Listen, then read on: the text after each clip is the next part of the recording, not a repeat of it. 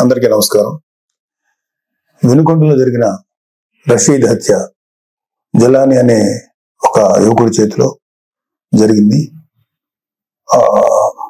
మాకున్నటువంటి ఇన్ఫర్మేషన్, అటు పోలీసు వారి ఇన్ఫర్మేషన్ ప్రకారం ఇవి పాత పగలు. వాళ్ళకి మధ్యలో జైలుకి పంపాడని ఒక అతను, అందుకని పగబట్టాడని ఇతను, అతన్ని నడిరోడ్డు మీద నరికి చంపారు. ఇది నిజంగా చాలా తప్పు, అది ఎవరు చేసినా సరే. కానీ మీరు దీనికి రాజకీయ రంగు పొలవటానికి ట్రై చేయకండి.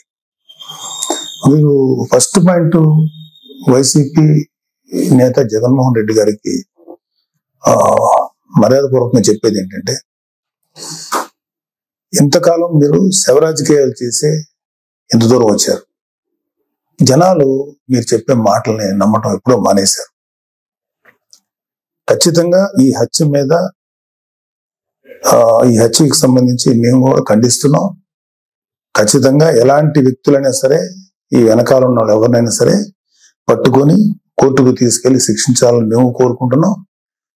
అయితే ఇంకొక విషయం ఏంటంటే, గంజాయి ఇన్ఫ్లుయెన్స్ తో కూడా ఉండుంటది ఎవడైతే చంపాడు అని కూడా బయట ఉంది. సో ఇలాంటివన్నీ రకరకాల వెర్షన్స్ వస్తున్నాయి. సో మీరు అర్జెంటుగా వినుకొండ వచ్చి ఆ చనిపోయిన కుర్రవాడికి ఒక పార్టీ నాయకుడుగా మీ సానుభూతి తెలపడం అనేది మాకు ఎటువంటి అబ్జెక్షన్ లేదు, మంచిది కూడా తెలుపుతాం. కాకపోతే మీరు దాన్ని రాజకీయ రంగు పోలిని ఇంకా గట్టిగా నెల 10 రోజులు కూడా కాకుండానే, ప్రభుత్వం ఏర్పాటు అవ్వకుండానే మీరు రకరకాల విమర్శలు చేసి అక్కడికి వెళ్ళి జగన్ అన్న పథకాలు, జగన్ మామ, ఇంకా ఎంతకాలం మీరు ఇలాంటి మాటలు మాట్లాడతారు? అధికారం ఉన్నప్పుడు నటించారు, అధికారం పోయినప్పుడు నటిస్తున్నారు. నటనల మీద పరిపాలన సాగదు. ఈ విషయం ఇప్పటికే మీకు అర్థమై ఉండాలి, మీ వైసీపీ నాయకులు కూడా అర్థమై ఉండాలి. ఎంతకాలం ఇంకా నటిస్తారు మీరు? ఓపెన్ గా ఉండండి. 2019లో మీకు అద్భుతమైనటువంటి తీర్పు ఇచ్చారు ప్రజలు మీకోసం. దాన్ని మీరు అత్యంత దారుణంగా, దుర్మార్గంగా ఉపయోగించుకొని ప్రజల నెత్తి మీద కాలు పెట్టి తొక్కారు. ప్రజల్ని హింసించి వదిలేరు మీరు. మీ పరిపాలనలో సామాన్యులు సైతం భయపడ్డారు. ప్రజల కోసం నిలబడిన కొంతమంది నాయకులు, కొంతమంది కార్యకర్తలు తప్ప ప్రతి ఒక్కరు భయపడ్డారు. ప్రతి వాళ్ళు భయపడ్డారు. మీరు ఇప్పుడు వచ్చేసేసి ఏదో అన్యాయం జరిగిపోయింది, డెఫినెట్ గా ఇది తప్పే, దీన్ని మేము ఖండిస్తున్నాం. కానీ దీనికి రాజకీయ రంగు భూమి, ఈ శవ రాజకీయాలు చేయకండి. కూటమి ప్రభుత్వం పరిపాలనా పరంగా ఏదన్నా ఉంటే విమర్శించండి. ఇంకా నెల కూడా కాకపోయినా సరే అది చేయలేదు, ఇది చేయలేదు అన్నారు. ఓకే, అది ఎలా చేయాలో మాకు తెలుసు. కూటమి ప్రభుత్వానికి చేసి చూపిస్తాం. మీకన్నా అద్భుతమైన పరిపాలన ప్రజలకు వస్తుంది. మీరు అద్భుతమైన పరిపాలన మీరు చెప్పుకున్నారు. అంతకన్నా దుర్మార్గ పరిపాలన భారతదేశ రాజకీయ చరిత్రలో ఏ రాష్ట్రం జరగలేదు, ఓన్లీ ఆంధ్రప్రదేశ్లో జరిగింది. అలాంటి దుర్మార్గమైన పరిపాలన మీరు అందించారు. అంటే కొన్ని కోట్ల రూపాయలు, వేల కోట్లు, లక్షల కోట్ల రూపాయలు ప్రభుత్వానికి, ఖజానాకి గండి కొట్టి, నెక్స్ట్ అసలు అంటే ప్రభుత్వాన్ని సర్వనాశనం చేసి, ఒక గవర్నెన్స్ ఏ విధంగా కొనసాగనివ్వకుండా నాశనం చేసి, మీ పరిపాలనలో లక్షల కోట్ల అవినీతి జరిగితే దాని గురించి మీరు ఎప్పుడు మాట్లాడలేదు. అంటే మీరు పెట్టిన బొక్క, అంటే మన రాష్ట్ర ఖజానాకి కనీసం 2-3 మినిమం 4-5 ఏళ్ళు పడుతుంది మినిమం ముందు ఆ బొక్క పుడ్చడానికి. అంత పెద్ద బొక్క పెట్టి వెళ్ళిపోయారు మీరు ఆంధ్రప్రదేశ్ రాష్ట్రానికి. అర్జెంటుగా అది చేయలేదు, ఇది చేయలేదు. నెల రోజులు కూడా కాలేదు స్వామి. 2019లో పరిపాలన మొదలుపెట్టినప్పుడు 6 నెలలు మాట్లాడలేదు. ప్రతిపక్షంలో ఉన్నాం మేము. మీకు అర్జెంటుగా వచ్చేసి అది చేయలేదు, ఇది చేయలేదు. చేస్తారు, ప్రతిదీ చేస్తుంది కూటమి ప్రభుత్వం, ప్రతిదీ చేస్తుంది. చంద్రబాబు నాయుడు గారు కానీ, పవన్ కళ్యాణ్ గారు కానీ నిబద్ధత ఉన్న మనుషులు. ఎలా చేయాలో అలా చేస్తారు. ప్రజలకు ఎంత మంచి చేయాలో చేసి తీరుతారు. మీలాగా పర్ఫార్మెన్స్ లో దొంగ మాటలు చెప్పి తప్పించుకునే వ్యక్తులు కాదు, గుర్తుపెట్టుకోండి. సరే, ఈ సందర్భంగా మీకు కొన్ని సింపుల్ క్వశ్చన్స్ అడుగుతాను. దానికి మీరు ఆన్సర్ చెప్పగలిగితే వెరీ హ్యాపీ. మీరు ఇవాళ వినుకొండకు వచ్చి ఆ కుర్రోడు గురించి చెప్పారు, ఐఎమ్ ఓకే ఫర్ దట్. కానీ దానికి ముందు మీ అధికారం ఉన్నప్పుడు, మీరు సీఎంగా ఉన్నప్పుడు ఒక దళిత్ డ్రైవర్ని చంపేసిన మీ ఎమ్మెల్సీని అతని తప్పుని ఖండించకపోగా మీతో పాటు సగర్వంగా తిప్పుకున్నారే, అది తప్పని మీకు అనిపించలేదు? అప్పుడు అది దుర్మార్గంగానే, అది క్రూరంగానే అనిపించలేదా మీకు? డాక్టర్ సుధాకర్ అనే ఒక ఆయన్ని ఉద్యోగం ఊడబెరికి పిచ్చోడు చేసి రోడ్ల మీద చొక్కా కూడా లేకుండా పోలీసులతో తన్నించి, మీ యొక్క అనుము పోలీసులు తన్నించి ఆఖరికి అతను చచ్చిపోయేలా చేశారే, అప్పుడు మీకు ఎటువంటి కామెంట్ చేయాలనిపించలేదా? వాళ్ళ అక్కని కొంతమంది వైసీపీ కార్యకర్తలు, గూండాలు సెక్సువల్ గా హెరాస్ చేస్తుంటే అడ్డుకున్న అమర్నాథ్ అనే బీసీ కుర్రోడిని, మైనారిటీ తీరిన కుర్రోడిని పెట్రోల్ పోసి కాల్చి చంపేశారు కదా, అప్పుడు కూడా మీకేమి రియాక్ట్ అవ్వలేదా మీరు? అప్పుడు కూడా కనీసం ఒక మాట మాట్లాడలేకపోయారా మీరు? 32,000 మంది ఆడపిల్లలు అదృశ్యం అయిపోయారని చెప్పి పవన్ కళ్యాణ్ గారు చెప్పి కనీసం ఒక పోలీస్ రివ్యూ పెట్టండి అంటే కనీసం పోలీస్ రివ్యూ కూడా పెట్టకుండా 32,000 మంది ఆడపిల్లలు అదృశ్యం అయిపోతే అప్పుడు మీకు మాట్లాడటానికి నోరు రాలేదా? ఇప్పుడు మీ కార్యకర్తలకు లేకపోతే మీ వాళ్ళకి అన్యాయం జరిగిపోతుందని ఇంత మాట్లాడుతున్నారే, మీరు అప్పుడు కూడా మాట్లాడుంటే ఇప్పుడు మీరు మాట్లాడిన మాటకు విలువ ఉండేది. మళ్ళీ చెప్తున్నాను, అక్కడ వినుకొండలో జరిగింది నాకున్న సోర్సెస్ ప్రకారం అది పర్సనల్ గ్రడ్జి, ఇద్దరు వ్యక్తుల మధ్యలో జరిగిన గడ్జి తప్ప రెండు పార్టీలకు సంబంధించినవి కాదు. అది మీరు ఖచ్చితంగా మీకు త్వరలోనే పోలీసు నిజాలు నీకు తెలుస్తారు, మీకు ఆన్సర్ చెప్తారు. అలాగే మీ వైసీపీ నాయకులు సామాన్య ప్రజలు అంటే నెలకు ఒక 10,000 20,000 సంపాదించే వాళ్ళు ఏదో వాళ్ళ పూర్వీకుల ఆస్తులు 100 గజాలు 200 గజాలు 300 గజాలు 400 గజాలు ఉంటే వాటిని అడ్డగోలుగా కబ్జా చేసి భయపెట్టి స్వాధీనం చేసుకున్నారే, అది మీ దృష్టికి రాలేదా? ఇన్ని కేసులు చూసాం మేము ప్రజలు దొరుకుతుంటే. ఏ రోజు మీ నోట్ల నుంచి ఒక్క మాట కూడా రాలేదా? అది రైట్ అంటారా? ఏపీ ల్యాండ్ టైటిలింగ్ యాక్ట్ అని పెట్టి ప్రజల ఆస్తులను కాజేయటానికి మీరు ఎంత కుట్ర పన్నారు, దాన్ని మేము సమర్థవంతంగా ఎదుర్కొని ప్రజలకు తెలియబట్టాక ప్రజలు వాళ్ళు సేవ అయ్యారు మీ దుర్మార్గమైన పరిపాలన నుంచి. అది మీకేమి తెలీదా? నిజంగా ప్రజలు ఇవాళ రెండోసారి మిమ్మల్ని రాకుండా ప్రజలు తమను తాము కాపాడుకున్నారు కూటమిని ఎన్నుకోవడం ద్వారా. అరే నా కళ్ళ ముందు నేను చూశాను, జంగారెడ్డిగూడెంలో కొన్ని ఒక 20-25 మంది సామాన్యమైనటువంటి పనులు చేసుకునేవాళ్ళు కల్తీ సారా తాగి చచ్చిపోతే మీరు శాసనసభ సాక్షిగా ముఖ్యమంత్రి అయ్యండి ఇది సహజ మరణాలు న్యాచురల్ గా చచ్చిపోయారంటారా? కల్తీ సారా తాగి చచ్చిపోతే కనీసం విచారించి ఆ కుటుంబాలకు ఏదైనా ఎక్స్గ్రేషియం ఏదైనా ఇచ్చి కదా మీరు మాట్లాడాలి. ఇది సహజ మరణాలు, ఒక కాన్స్టిట్యూషన్ ఎంతమంది చచ్చిపోతారంటారా? అది మీకేమి అసలు మీకు చెమకుట్టినట్టుగా అనిపించలేదు? అప్పుడు కౌలు రైతులు కొన్ని వేల మంది ఆత్మహత్యలు చేసి చచ్చిపోయారు. వాళ్ళకి కనీసం సింపతి చూపించకపోగా ఏమాత్రం కొద్దిపాటి సాయం కూడా చేయలేదు మీ ప్రభుత్వం, వైసీపీ ప్రభుత్వం. వాళ్ళ కుటుంబాలు రోడ్డు పడిపోతుంటే వాళ్ళ కనీసం సానుభూతి కూడా లేదు మీ దగ్గర నుంచి. అదే తప్పు కదా మీకు? వాళ్ళ పిల్లలు రోడ్లు పడిపోయి నాశనం అయిపోతుంటే అదే రైతులు భరోసా, రైతులకు మీరు ఇచ్చేటువంటి ఇదే. ఒకసారి వెళ్ళి చూడండి, ఆంధ్రప్రదేశ్కి ఒక రైతును అడగండి వైసీపీ ప్రభుత్వం మీకేం చేసిందో. మాకన్నా కూడా మీ వైసీపీ పార్టీకి మాడు పగిలిపోయే ఆన్సర్స్ వాళ్ళే చెప్తారు. నేను చాలా తక్కువ చెప్తున్నాను. ఇంకా వర్షాలకి పంటలు పాడైపోయినాయండి, మాకేంటి దారి అని చెప్పి మీ వైసీపీ ఎమ్మెల్యేని అడిగితే రైతులు ఎరిపప్పులనేంత తులకనగా మాట్లాడితే అరే తప్పురా బాబు ఇట్లా అనకూడదని అని చెప్పాల్సిన బుద్ధి చెప్పాల్సిన ఆ బాధ్యత లేదా మీకు? అప్పుడు మీరేం మాట్లాడలేదా?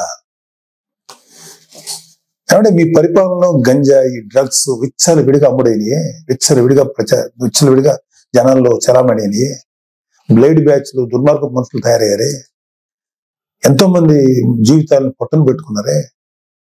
ఆ గంజాయిని ఆపాలను లేకపోతే ఆ డ్రగ్స్ ని కంట్రోల్ చేయాలనేటువంటి ఆలోచన మీకు రాలేదా? ఎందుకు వస్తుంది? మీ ఎమ్మెల్యేలు మీ కార్యకర్తలు ఎవరైతే ఉన్నారో ఇలాంటి పనులు చేసి వాళ్ళు అడ్వాంటేజ్ పొందుతున్నారు కాబట్టి మీరు కూడా ఏం మాట్లాడలేదు. ప్రజల పక్షాన్ని నిలబడి పోరాడుతున్న పవన్ కళ్యాణ్ గారు, చంద్రబాబు నాయుడు గారు ఇలాంటి నాయకుల్ని మీరు వాళ్ళ విధి విధానాలను విమర్శించకుండా వాళ్ళ వ్యక్తిగతమైన జీవితాల్లోకి ఎంటర్ అయిపోయి వాళ్ళ కుటుంబాన్ని రోడ్డుకి ఇచ్చాలని ట్రై చేసి వాళ్ళ ఫ్యామిలీస్ మీద మాట్లాడినప్పుడు మీకు కనీసం చెవుకుంటున్నట్టు అనిపించలేదా? ఇదే మీరు చేసిన నిర్వాహకం. ఇప్పుడు వచ్చేసి మహానుభావులాగా ఒక మెస్సైలాగా వచ్చి మాట్లాడుతున్నారా మీరు కానీ మీ నాయకులు ఎవరైనా సరే? ఎప్పుడు తెలుసుకుంటారు మీరు? ఇప్పటికైనా తెలుసుకోండి. ఇప్పటికైనా తెలుసుకొని చేసిన తప్పుల్ని మీరు సరిదిద్దుకోండి. అట్లా ఇప్పుడు అర్జెంటుగా ఇప్పుడు సెంట్రల్ గవర్నమెంట్ ఢిల్లీకి వెళ్ళిపోయి ధర్నా చేసేసి రాష్ట్రపతి పాలన పెట్టమంటారా? ఏమన్నా కొంచెం మీకు ఆలోచన ఉందా? మీకు సలహాలు ఇచ్చే వాళ్ళు ఎవరో ఇంకా తెలియట్లేదు మాకు. సజ్జలు లాంటి వాళ్ళు ఎప్పుడు వెళ్ళిపోయారో ఉన్నారో తెలియదు, లేదా అలాంటి సలహాలు వింటున్నారేమో. అర్జెంట్గా రాష్ట్రపతి పాలన పెట్టాలా? నిజంగా రాష్ట్రపతి పాలన పెట్టాల్సి వచ్చిన పరిస్థితిలో ఉంటే మీ పరిపాలనలో ప్రజావేదిక కూల్చినప్పుడే పెట్టాలి రాష్ట్రపతి పాలన. అది మీ దుర్మార్గమైన పరిపాలనని పెట్టాలి. అప్పుడు పెట్టలేదే సార్. మీరు రేపు జరగబోయే సభలకి అటెండ్ కాకుండా ఉండటానికి ఓ కొత్త నాటకాన్ని, కొత్త స్టేజ్ని క్రియేట్ చేసుకుంటున్నారు. ఢిల్లీ వెళ్ళాలని ఓ పని చేయండి, మీరు వెళ్తే వెళ్ళండి ఢిల్లీ, మాకే అబ్జెక్షన్ లేదు. కానీ రేపు శాసనసభలో మీటింగ్ జరగబోతున్నాయి కదా, దానికి మీరు రండి. మిమ్మల్ని వ్యక్తిగతంగా అనొద్దని చెప్పి నా పర్సనల్ గా నేను బీజేపీ, టీడీపీ, జనసేన ఎమ్మెల్యేని రిక్వెస్ట్ చేసుకుంటాను. మిమ్మల్ని వ్యక్తిగతంగా ఏమి అనొద్దని చెప్తాను. మీరు ధైర్యంగా వచ్చి మాట్లాడండి. శాసనసభని ఫేస్ చేయడానికి ఎందుకండి అంత భయం మీకు? రండి, ధైర్యంగా రండి. మీకు ప్రతిపక్ష హోదా ఇవ్వకపోయినా ఓ ప్రస్తుతానికి ఉన్న 11 మంది ప్రతిపక్ష ఫీల్ అవుతాం మేమందరం. క్వశ్చన్ చేయండి. కూటమి ప్రభుత్వాన్ని శాసనసభలోనే అడగండి. రోడ్ల మీదకి వచ్చి మాట్లాడితే ఎట్లాగా? ఇలాంటి పెర్ఫార్మెన్స్లు ఎందుకు? అధికారం ఉన్నప్పుడు పెర్ఫార్మెన్సే, అధికారం లేనప్పుడు పెర్ఫార్మెన్సేనా? ఇలాంటి ఇలాంటి ఇలాంటి కథలు చేయకండి ప్లీజ్. ఇప్పటికైనా తెలుసుకోండి. మీ మీద మాకు వ్యక్తిగతంగా ఎటువంటి కోపం లేదు, ఎటువంటి ద్వేషం లేదు. ప్రజలకి నష్టం జరుగుతుంది, ప్రజలు మీ వల్ల దారుణంగా నష్టపోతున్నారు. కొన్ని వందల మంది, వేల మంది ప్రజలు ఆత్మహత్యలు చేసి చచ్చిపోయారు మీ యొక్క అకౌంట్ లో. అప్పుడు అది తప్పు అని చెప్పి మేము గట్టిగా ఫైట్ చేసాం. ఇప్పుడు ఇప్పుడు ఇప్పుడు జరిగే ప్రతిదాన్ని మీరు రాజకీయ కోణం నుంచి చూసేస్తారా?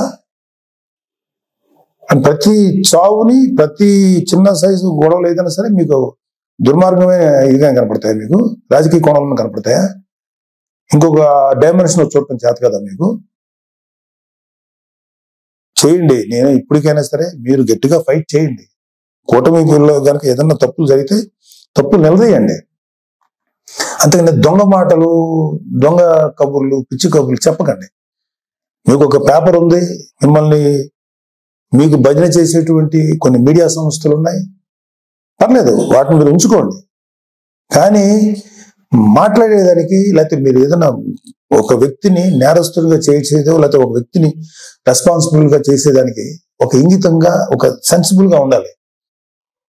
నేను అసలు మాట్లాడకూడదు, నాకెందుకు, నేను పార్టీ పనిలో చేసుకునేవాడిని, నాకు ఈ పొలిటికల్ గా నేను మాట్లాడకూడదని నేను ఇంతకాలం మాట్లాడాను. ఎన్నిసార్లు గత 40 రోజుల నుంచి ఊదరగొడుతున్నారు. అధికారం శాసనసభలో ప్రమాణ స్వీకారం చేసిన మొదటి రోజు నుంచి ఏం చేయట్లేదు. వెయిట్ చేయండి, అన్నీ చేస్తారు. అలాగే మీ వైసీపీ ప్రభుత్వ హయాంలో మీ నాయకులు, మీ రౌడీలు, మీ మాఫియా ఎమ్మెల్యేలు అందరూ ఎలాంటి దుర్మార్గాలు చేశారు, ఎలాంటి తప్పులు చేశారు, ఎన్ని వేల కోట్ల రూపాయలు కుంభకోణాలు చేశారు, అవన్నీ లిస్ట్ వస్తాయి, అవన్నీ బయటకు వస్తాయి, తగిన శిక్ష పెడుతుంది. మీరు మీ సొంత బాబాయ్ చనిపోతే కనీసం రెస్పాన్స్ లేని మీరు ఎలా మాట్లాడతారండి? ప్లీజ్, ఇది కరెక్ట్ పద్ధతి కాదు. ఇప్పటికైనా నేర్చుకోండి, ఇప్పటికైనా తెలుసుకోండి. ఎప్పటికైనా చెప్పుడు మాటలు, పిచ్చి మాటలు వింటాం మానేయండి. ఒక మంచిగా మనం ఎలా చేద్దాం. రేపు పొద్దున 10 ఏళ్ళు ఉంటారు, 15 ఏళ్ళు ఉంటారు ఈ కూటమి ప్రభుత్వం వాళ్ళు. ఆ తర్వాత మీరు వస్తారు. నాకేమి మీరు రాకూడదని అనుకోవట్లేదు, మీరు రండి. బట్ మీరు చేసిన పెద్ద బొక్కకి కనీసం 15 ఏళ్ళ పాటు వీళ్ళుంటే ఆ తర్వాత మీరు మళ్ళీ వచ్చి చెదురు. కానీ ఈ లోపుగా మీరు రియలైజ్ అవ్వండి, మంచి దారిలో నడవండి, మంచి పద్ధతిగా నడవండి. దుర్మార్గపు వ్యక్తుల సలహాలు తీసుకోకండి. మీరు కూడా దుర్మార్గం ఆలోచన పక్కన పెట్టండి. నీతి నిజాయితీగా జెన్యూన్ ఉంటా ట్రై చేయండి. మేబీ జనాలు ఒక 10 ఏళ్ల తర్వాత, 15 ఏళ్ల తర్వాత మిమ్మల్ని గౌరవించవచ్చు, రెస్పెక్ట్ చేయొచ్చు. ఇలాగా అనవసరమైన మాటలు మీరు కానీ, మీ ఎమ్మెల్యేలు కానీ ఇవ్వండి, ఒక 6 నెలలు టైం ఇవ్వండి, చేస్తారు. మీరు అనుకున్నవన్నీ చేస్తారు. మీరు ఏదైతే ఇప్పుడు నేరం మోపుతున్నారో కూటమి ప్రభుత్వం మీద అన్ని వాటన్నిటికీ జవాబు వస్తుంది. వాళ్ళు ఏవైతే ఈ మేనిఫెస్టోలో ప్రామిస్ చేస్తారో అవన్నీ చేస్తాం. మాకు సెంట్రల్ గవర్నమెంట్ నుంచి సంపూర్ణ సహకారం ఉంది. మీలాగా కేసుల విషయంలో ఈ రాష్ట్రానికి సంబంధించిన ఇష్యూస్ అని చెప్పి మీ పర్సనల్ కేసుల గురించి సెంట్రల్ గవర్నమెంట్ దగ్గరికి వెళ్ళి మాట్లాడిన వ్యక్తులు కాదు ఇక్కడ. పవన్ కళ్యాణ్ గారు కానీ చంద్రబాబు నాయుడు గారు కానీ రాష్ట్రానికి మంచి నిధులు రప్పించి ప్రజల కోసం బాగు చేద్దామని, ప్రజల జీవితాలు బాగు చేద్దాం ఉన్నారు.